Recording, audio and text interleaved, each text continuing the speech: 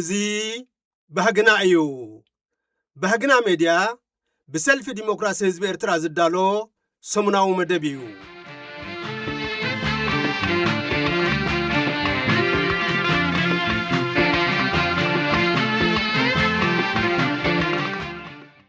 ዝኸበርክንን ዝኸበርኩምን ሰማዕትና አምናይ ሎሙ መደብና እቲ እንብሎ አባይታ ዘሎ ሐቂ ዘርእስቱ ሓተታ ክህልወና እዩ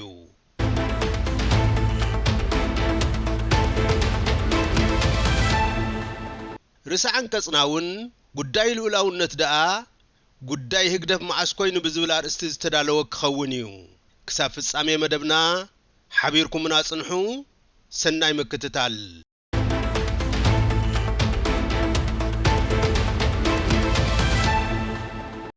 ሰማዕትና እቲ እንብሎ አባይታ ዘሎ ሐቂ ዘርእስቱ ሓተታና እንሆ ገለ ወገናት ሓይልታት ለውጢ ኤርትራ ብዛዕባ ኤርትራን ኣብ ትሕቲ ስርዓት ህግደፍ ተሓልፎ ዘላን ዝብልዎ ንዝርአ ዝኽሕድ ኣብ ኣሉታ ጥራሕ ዘትኮረ ኣብ ጽልእን ቅርሕንትን ዘንብር ሓቂ ዘይብሉ ይኽብሉ ይስምዑ እዮም እዛ ኣባሃህላ እዚ ኣብ ኤርትራ ዝርአ ኣወንታ እናሃለወ እዩ ዝከሓድ ዘሎ ካብ ዝብል እሙንቶ ዝብገስ እዩ ዝመስል እንተኾነ ንኹነታት ኤርትራ እንገልጸሉ ኣብ ፖለቲካውን ቁጠባውን ማሕበራውን ዘተኩር ብዙሕ መዳያትን መልክዓትን ዘለዎ እዩ ናይ ኩሎም ዛዕባታት ውጽኢት ድማ ብመንጽር ናይ ህዝቢ ኤርትራ ድልየትን ትጽቢትን ኣሉታዊ እዩ እንብሎ እቲ ኤርትራዊ ባይታ ዝምስክሮ ሐቂ ንሱ ስለ ዝኾነ እምበር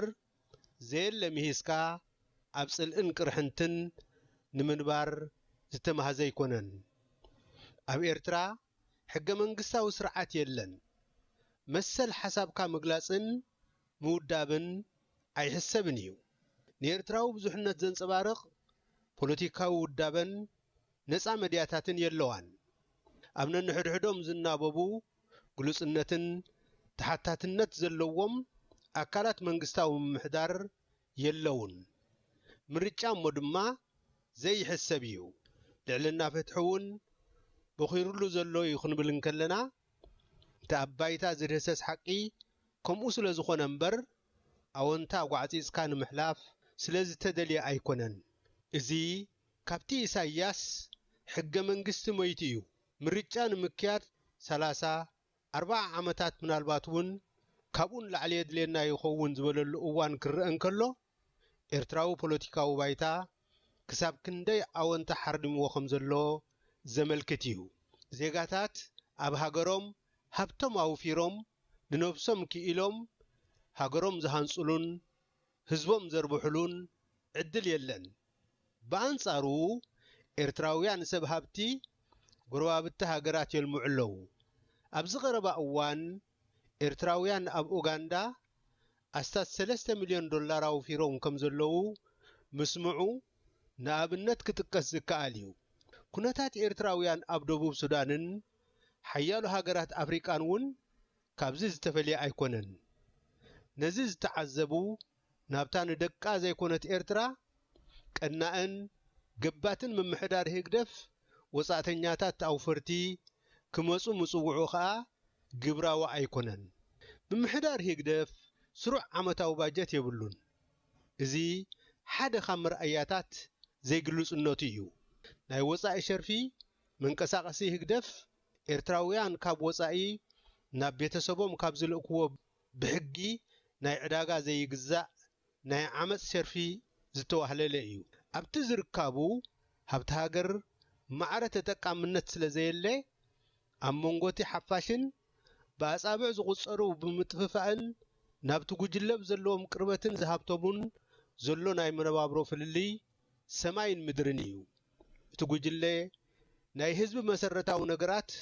ናብ ዕዳጋ ዘይቅርብ ኣብ ርእሱ ምዃኑ ነቲ ዝርካቡ ባን ኸይተረፈ ኣብ ድኳናት ሕድሪ ብመቁነን እናዓደለ መቆጻጸሪ ፖለቲካን ጽንታን ዝጥቀመሉ እዩ እዚ ሁሉ ኣብቲ ኤርትራዊ ባይታ ዝድህሰስ እምበር ምሂስካ ዝበሃል ኣይኮነን ኤርትራ ዜጋታት ብገዛእ ገንዘቦም ኣብ ሓደ ግዜ ካብ 5000 ናቕፋን ላዕሊ ዘየውፅኡሉ ስርዓተ ባንክ ዘለዋ ሃገር ኮይና ኣብዚ ቀረባ ግዜ ድማ ካብ 1000 ናቕፋን ላዕሊ ሒዙ ዝተረኸበ ኩረሲ ዝብል ተኣውጅሉ ኣሎ ህዝቢ ኤርትራ እኹል ቀረብ ዝስተማይን ጸዓትን የብሉን ከም ኢንተርኔት ዝኣመሰሉ ዘመናዊ መሰለጢታት ንኻልእ ሲትረፍ ምስ ቤተሰብ ተደዋዊልካ ዳሃይ ሕድሕድ ምፍላጥ ውን ንጋዳ እዩ ትምህርትን ሕክምናን ኣብ ኤርትራ ዘለዎ ኣዝዩ ትሑት ደረጃ እዩ መንእሰያት ክሳብ ካልኣይ ደረጃ ትምህርቶም ዝፍጽሙሉ እኳ ምስ ወለዶም ኮይኖም ናይ ምምሃር ዕድል የብሎምን ኣብዚ እዋን እዚ ኣብ ሳዋ እትርከብ ሓንቲ ናይ ካልኣይ ደረጃ ቤት ትምህርቲ ጥራሕ ዘላ እታ ዝነበረት ሓንቲ ዩኒቨርሲቲ ተዓጽያ ጥራይ ዝተረፈት ምዃና ከዓ መስደመም እዩ ኣብ ጎረባብትና ሃገራት ዘለዋን ኤርትራውያን ኣገልግሎት ዝህባ ሆስፒታላት ውድቀት ሕክምና ኣብ ኤርትራ ካብ ከመይ ደረጃ ከም ዘሎ ዘመስክር እዩ ኣብ ልዕሊ ሃይማኖታዊ ትካላት ዘሎ መንግስታዊ ኢድ ኣእታውነት ተጽዕኖን ምቁጽጻርን ኣይኮነን ዶ ንኤርትራውያን ንሕብረተሰብ ዓለም ውን መዛረቡ ኮይኑ ዘሎ እዩ ኤርትራ ምስቲ ዘለዋ ብዝሒ ህዝቢ ኣወዳዲርካ ምስ ዝለዓለ ብዝሒ ካብ ዜጋታትን ዝተሰድለን ቀዳሞት ሃገራት ካብ እትስራዕ ነዊሕ ኮይኑ እዩ ኣብ ኤርትራ ዝመርሕ ዘሎ ጉጅለ ውግእን ህውከትን እምበር ቋንቋ ሰላምን ምክኣልን ዘይርዳእ ምዃኑ ኣባይታ ዘሎን ዝነበረን ባዕሉ ዝዛረብ መርትዖ እዩ ካብዚ ብምንቃልያ ከዓ ኤርትራ ንሓንሳብ ናይ ኣፍሪቃ ሰሜን ኮርያ ንሓንሳብ ድማ ኣብ ሓጺር ግዜ ምስ ኩሎም ጎረባብቲ ሃገራት ብውሕዱ ሓደ ዙር ውግእ ዘካየደት ነገረኛ ሃገር እትበሃል እዚ ኩሉ ሓቢእኻ ዘይሕባእ ኣባይታ ዘሎ ሓቂ እምበር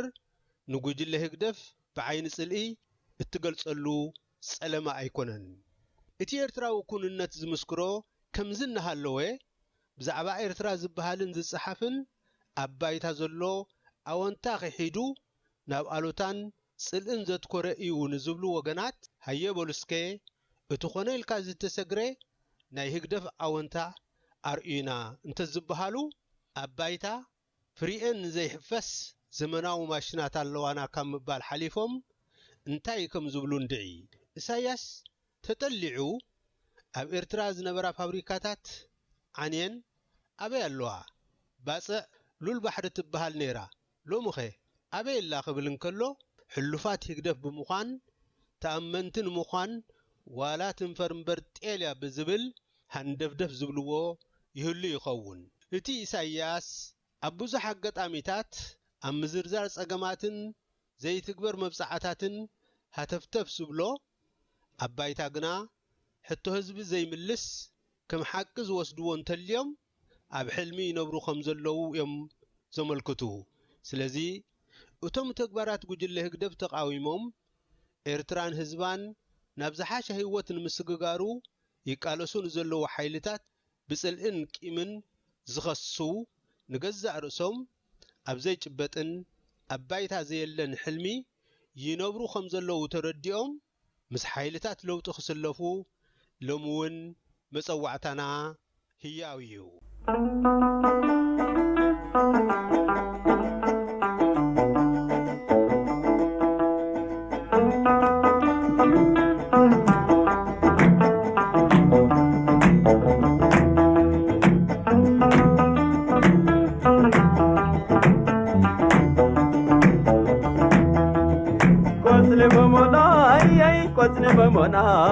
قصن مؤمنا أخذت عندنا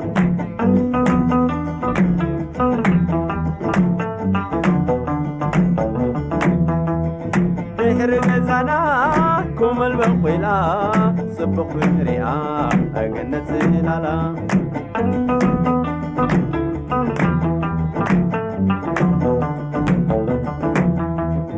قريني علاي نعمنا يلو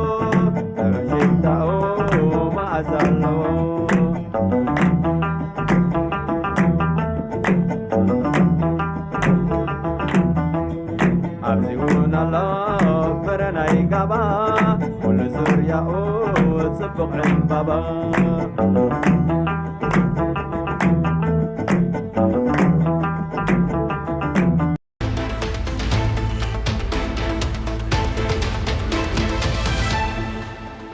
ጉዳይ ልኡላውነት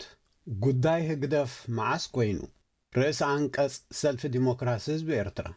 ጉጅለ ህግደፍ ክሕባኣሎም ካብ ዝፍትን ብዙሓት በዓትታት ሓደ ንነብሱ ምስ ኤርትራን ልኡላውነታን ተጣቢቑ ክለሓግ ምፍታን እዩ ካብዚ ብምንቃል እዩ ድማ ኣብ ብዙሕ ኣጋጣሚታት ኣብ መንጎ ኤርትራ ከም ሃገርን ህዝብን ኣብ መንጎ ጉጅልኡን ዘሎ ዝምድና ከብርህ ክሕተት እንከሎ ህግደፍን ኤርትራን መንክልተ ኣካላት ገይሩና ዝብል ናይ ስምባደ መልሲ ዝህብ ንሕና ሃገር ንሕና ህዝቢ ዝብል ዜምኡ እውን ነዚ ንምድማቕ እዩ ካብዚ ብምንቃል እዩ ድማ ኣብ ልቢ ጉሩሃት ህግደፍ እንተዘይሃልዩ ህልውናና ከም ሃገርን ህዝብን ውሕስነት ኣይክህልወናን እዩ ዝብል ራዕዲ ክፈጥር ዝጸንሐን ዘሎን ይኹን እምበር ህልውና ኤርትራ ከም ህዝብን ሃገርን ኣብ ሓደጋ ዘውደቐ ጉጅለ ህግደፍ ብዝኾነ መለክዒ ናይ ልኡላውነት ተሓላቒ ክኸውን ከም ዘይክእል እንዳነጸረ መጺኡ ኣሎ እዚ ዝምዕብል ዘሎ ክውንነት እምበኣር ጉጅለ ህግደፍ ልኡላውነት ከም ዘየውሕስ ዘረድእ ጥራይ ዘይኮነስ እዚ መሰረታዊ ዕማምዚ ነዚ ዛህሩ ዝጠፍኦ ጉጅለ ዝልገስ ዘይኮነስ ንዓና ነቶም ንለውጥን መጻኢ ብሩህ ተስፋ ኤርትራን ንቃለስ ዘለና ሓይልታት ተቃውሞን ህዝብናን ብዝያዳ ዝምልከት ብምዃኑ ሓላፍነት ዘሰክመና እዩ ኩልና ዘይንኽሕዶ ሓፈሻዊ ረዳዳ ኣሎ ህዝብን ሃገርን ነበርቲኦም ስርዓታት ግና ሓለፍቲኦም ዝብል እዩ ጉጅለ ህግደፍ ከዓ ከምቲ ድልየቱ ኣብ ህዝብናን ሃገርናን ከም ቁርዲድ ተላሒጉ ዝነብር ዘይኮነስ ክሓልፍ እዩ ንሕና እቶም ንምውጋዱ ንቃለስ ዘለና ከዓ ነቲ ዘይተርፍ ምሕላፉ ናይ ምቅልጣፉን ዕድመ ናይቲ ብሰንኩ ኣብ ልዕሊ ህዝብና ዝወርድ ዘሎ መከራ ናይ ምሕፃሩን ሓላፍነት እዩ ዘለና እቶም ኣብ ህላወ ህግደፍ ኢና ንረብሕ ኢሎም ሞይቱ እንከሎ ኣሎ እምበር እንዳበሉ ትንፋስ ክሰኽዕሉ ከንቱ ድኻም ዝደኽሙ እንዳወሓዱ ዝኸዱ ዘለዎ ኤርትራውያን ወገናት እውን ዝበሉ እንተበሉ ቁሩብ ዕድመ ከናውሕሉ እንተዘይኮይኖም ካብ ሕልፈት ከድሕንዎ ፍጹም ኣይክእሉን እዮም በቲ ካልእ ሸነኽ እውን ሓሓሊፉ ከም ዝስማዕ ተቃዋሚ ኾንካ ጉዳይ ልኡላውነት ኤርትራ ከም ዘቐንዝወካን ዘሰክፈካን ምቅላሕ ከም ነቲ ስርዓት ምሕጋዝን ናቱ ዕማም ክትዓምም ምድንዳንን ኣምሲሎም ዝቐርቡ ኣርሒቖም ዘይጥምቱ ምዕዝምዛማት እውን ይስምዑ እዮም እዚ ሓደገኛ ምዕዘምዛም እዚ ክንዲ ልኡላውነት ዝኣክል መሰረታዊ ጉዳይ ነቲ ንሃገርን ህዝብን ኣብ ሓደጋ ኣውዲቑ ስማዊ መንግስትነት ሒዙ ዘሎ ጉጅለ ከም ድላዩ ክዋረዘየሉ ከም ምግዳፍ ዝቝጸር እዩ ምናዳ ንሓደ ጉዳይ ልኡላውነት ዘሻቐሎ ውድብ ድዩ ማሕበር ምናልባት እውን ውልቀ ኤርትራዊ ከም ምስቲ ጉጅለ ዝደናገጽ ኣምሲልካ ክትገልጾ ምፍታን ነቲ ጉጅለ ህግደፍ እዛ ዓባይ ኣጀንዳ ልኡላውነት ብዘይካይ ዝዓማ የለን ዝብሎ እዎ ሓቅኻ ንሳስ ንስኻ ጥራይ ኢኻ እትኽእላ ኢልካ ኢድካ ካብ ምልዓል ተፈልዩ ዘይረአዩ ስለዚ ነቲ ጉዳይ ልኡላውነት ኤርትራ ዝያዳ ካብ ጉጅለ ህግደፍ ንዓዩ ዝምልከተኒ ዝብል ኣካል ኣገናዕ ክንብሎ እኳ እንተዘይተባዕና ከነዕንቅፎ ምፍታን ግና ኣብ ኣተሓሕዛ ጉዳያት ኣዝዩ ሓደገኛ እዩ ልኡላውነትና ኣብ ዘየገደሰና ሃገር ንዲሞክራስያዊ ስርዓት ንቃለስ መሲልና ከይንቐርብ ድማ ምስትብሃል ከድልየና እዩ ርግጺ ጉዳይ ልኡላውነት ኣብ ቅድሜና ካብ ዘለዉ በዳህቲ ዕማማት ሓደ እምበር ዕማምና ንሱ ጥራይ ኣይኮነን ጉዳይ ህዝቢ ዝማእከሉ ዲሞክራስያዊ ስርዓት ምትካል እውን ናትናን ናይ ህዝብናን ዓብዪ ዕማም እዩ እቲ ዝትከል ዲሞክራስያዊ ስርዓት ከዓ ኣብታ ልኡላውነታ ዘዕቆበት ኤርትራ እዩ እቲ ቐንዲ ናይዚ ክንተኽሎ ንቃለሰሉ ዘለና ስርዓት ተጠቃምን ተዋሳእን ድማ ህዝቢ ኤርትራ እዩ ልኡላውነታ ኣብ ዘዕቆበት ኤርትራ ህዝቢ ማለትና ቀጥዒ ክመልእ እንከሎ ጥራይ ኤርትራዊ ዝብል ማለትና ኣይኮነን ርግጺኡ ኣብ መስርሕ ቃልሲ ዝተፈላለዩ ዕማማት ከተተግብር ክትነቅል እንከለኻ እቲ ኣብ ሕድሕዶም ዘሎ ምትእስሳራትን ምጽልላዋትን ከም ዘለዎ ኾይኑ ብዙሕ ዝደሊ ሓደ ይስእን ምእንቲ ከይከውን ኣብ ሓደ ግዜ ካብ ናይ ዛዕባታት ምድውዋስ ንምድሓን ቀዳምነታትካ ምስራዕ ናይ ግድን እዩ ቀዳምነታት ክንሰርዕን ከለና ኣብ ግምት ከኣትዉ ካብ ዝግብኦም መምዘንታት ናይቲ ዕማም ባህርያትን ናይ መጻኢ ዕማማት ዝጸርጎ መገድን ናይቲ ምእንትኡ ትቃለሰሉ ህዝቢ ድልየትን ዝምባለን ናትካ ናይ ምፍጻም ዓቕምን ከባብያዊ ጽልዋን ካብቶም ብዙሓት ውሑዳት ኣስተብህሎ ዝደልዩ እዮም። ጉዳይ ልኡላውነት ኤርትራውን ሓደ ካብ መሰረታዊ ዕማማትና ምዃኑ ርዱእ ኮይኑ ቀዳምነታትና ክንሰርዕን ከለና ኣብቲ ግቡእ ቦትኡ ነቐምጦ ዝብል ሓሳብ ክቐርብ ግቡእን ተቐባልነት ዘለዎን እዩ። ልኡላውነት ነቲ ህልውና ሃገርን ህዝብን ኣብ ሓደጋ ዘውድቕ ጉጅለ ህግደፍ ዝግደፍ ሕዛእቲ ጌርካ ናብኡ ገጽኩም ተወጽ ከይትብሉ ምባል ድማ ተቐባልነት የብሉን። ሎሚ ከምቲ ዓለምና ብሳላ ኩሉ መዳያዊ ስልጣኔ ናብ ንእሽተይ ቁሸት ተቐይራ እያ እንብሎ ናትና ናይ ለውጢ ቃልሲ ወሲኽካ ኣብ ሓደ ውሱን ኩርናዕ ዝረአ ፖለቲካዊ ምዕባለ ዓይኒ ብዙሓት ክስሕብ ናይ ግድን እዩ። ኣብ ርሑቕ ከይከድና ኣብዚ ከባቢና ዘሎ ሓድሽን ነባርን ፖለቲካዊ ጉዳይ በዓል መን ንናይ መን ረብሓ ይጻወቱ ኣለዉ ምዕዛብ ኣገዳሲ እዩ። እቶም ኣብቲ ጉዳይ ኣእዳዎም ዘእትዉ ኣካላት ከካብ ናይ ሃገሮም ረብሓ ዝነቅል ሕሳባት ከም ዝህልዎም ቅድሚ ኩሉ ኣይንዘንግዕ። ነዚ ረብሓኦም ንምዕዋት ድማ ናይታ ኢዶም ዘእትውላን ንብረቶምን ገንዘቦምን ዘፍስሱላን ሃገር ቀዳምነታት ብመንጽር እቲ ዝጽበይዎ ረብሖኦም ክሰርዕዎ ዓይኒ ከም ዘይሓስዩ ኣይንረስዕ። ኣብዚ ኢና እምበኣር ጉዳያትና ምስ ኩነታትና በቲ ንሕና እነቐምጦ ናይ ጉዳያት ኣሰራርዓ ከም ዝኸይድ ንምግባሩ ክንጸንዕ ዝግባአና። እዚ ዕማም እዚ ኣብ ሓደ ፀሓይ ዝውዳእ ዘይኮነስ ነፍሱ ኣብ ዝኸኣለ መስርሕ ዝጥረ እዩ። ፈቲናዮን መሪጽናዮን ዘይኮነ ብባህሪኡ ቃልሲ ቀጻሊ እዩ። ኣብ ተመክሮና እኳ ነጻነትና ኸነረጋግጽ አንጻር መግዛእቲ ተቓሊስና ልኡላዊት ሃገር ወኒና ድሕሪኡ ናብ ሓድሽ ምዕራፍ ዳኣ ተሰጋጊርና እምበር ቃልሲ ኣይተቋረጸን። እንሆ ኸዓ ምእንቲ ዲሞክራሲ አንጻር ምልኪ ንቃለስ ኣለና። እዚ ምዕራፍ እዚ እውን ክንድቲ ክበልዖ ዝግብኦ ግዜ ምስ በልዐ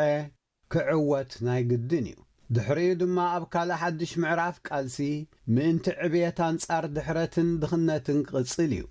ዕብየት ምስ ተዋሕሰ ድማ እቲ ዝተዋሕሰ ዕብየት መስመሩ ኣሕይልካ ክቕጽልን ንድሕሪት ከይምለስን እቲ ቃልሲ ቀጻሊ እዩ። እዚ ካብ ወለዶ ናብ ወለዶ እናተሰጋገረ ዝቕጽል መስርሕ እምበር ብሓደ ወለዶ ዝዕመም ኣይኮነን። ካብዚ ብምንቃልዮም ድማ ምሁራት ትውልዲ ጠጠው ከም ዘይብል መስርሕ ቃልስን ለውጥን እውን ተተሓሒዞም ቀጸልቲ እዮም ዝብሉ። ሰልፊ ዲሞክራሲ ህዝቢ ኤርትራ ነዛ ኣቐዲሙ ተጠቕሲ ሓሳብ ንምንጽብራቕን መጻኢ ዓወት ከተማዕዱን ከለኻ ኣቐዲሙ ዝተመዝገበ ዓወት እንዳዓቀብካ ምዃኑ ንምግንዛብን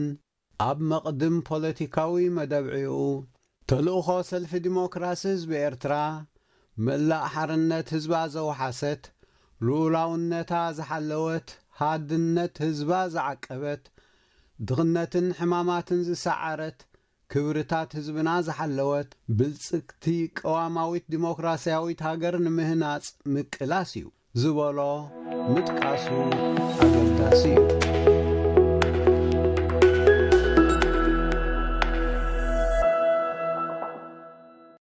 ክቡራትን ክቡራንን ተኸታተልቲ መደብና ናይ ሎሚ መሰናድኦና ኣብዚ ይፍጸም። ኣብዚ መጽእ ሰሙን ብኻልኦት ትሕዝቶ ክሳዕ ንራኸብ ሰናይ ቅነ